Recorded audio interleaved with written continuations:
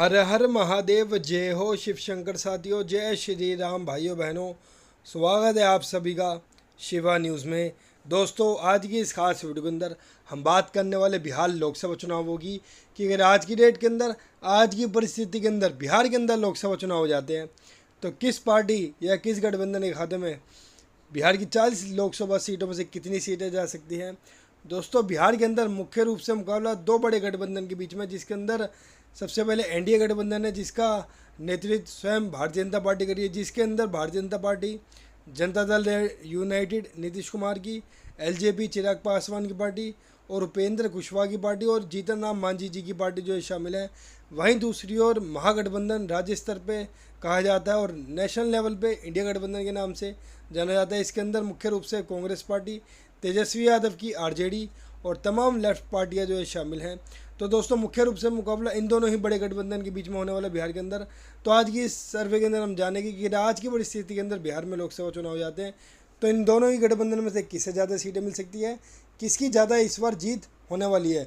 इन सब बातों के बारे में विस्तार से जानेंगे। तो जल्दी से शुरू करते हैं अपनी इस खास वीडियो को।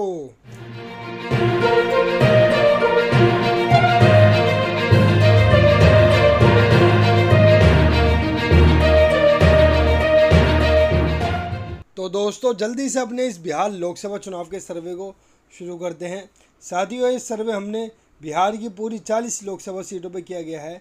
इसके अंदर हमने तकरीबन 85 लाख लोगों की राय हमने बिहार लोकसभा चुनाव के सर्वे में मिल ली है। तो दोस्तों, आज की इस खास वीडियो के अंदर सबसे पहले हम जानेंगे वोट परसेंटेज की, किस पार्टी गठबंधन को कितने फीसदी वोट मिल सकते हैं। फिर बाद में हम बात करेंगे सीटों की। तो सबसे पहले जानते हैं वोट परसेंटेज। लगभग 5% वोट अन्य के खाते में जा सकते हैं। केवल 43% वोट पे ही पूरा एनडीए गठबंधन इस बार बिहार के अंदर सिमट के रह सकता है, जो कि बहुत बड़ा झटका है बीजेपी एनडीए के लिए, क्योंकि पिछली बार के लोकसभा चुनाव में इन्हें लगभग 55% वोट मिले थे, जो कि अब घटकर केवल 43 ही रह रहे हैं।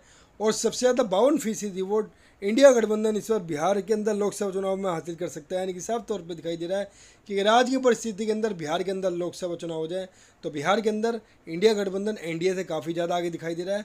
लगभग 9% वोटों की ज़बरदस्त बढ़त इंडिया ने एनडीए के ऊपर बना के रख रखी है।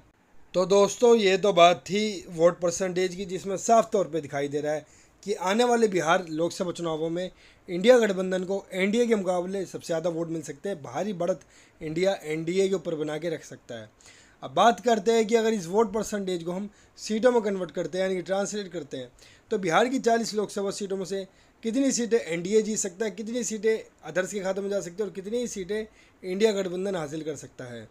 अगर आज की डेट के अंदर बिहार के अंदर लोकसभा चुनाव हो जाए तो बिहार के अंदर फिर एक बार अन्य राजनीतिक दलों का यहाँ पे खाता भी खुलता हुआ नजर नहीं आ रहा है।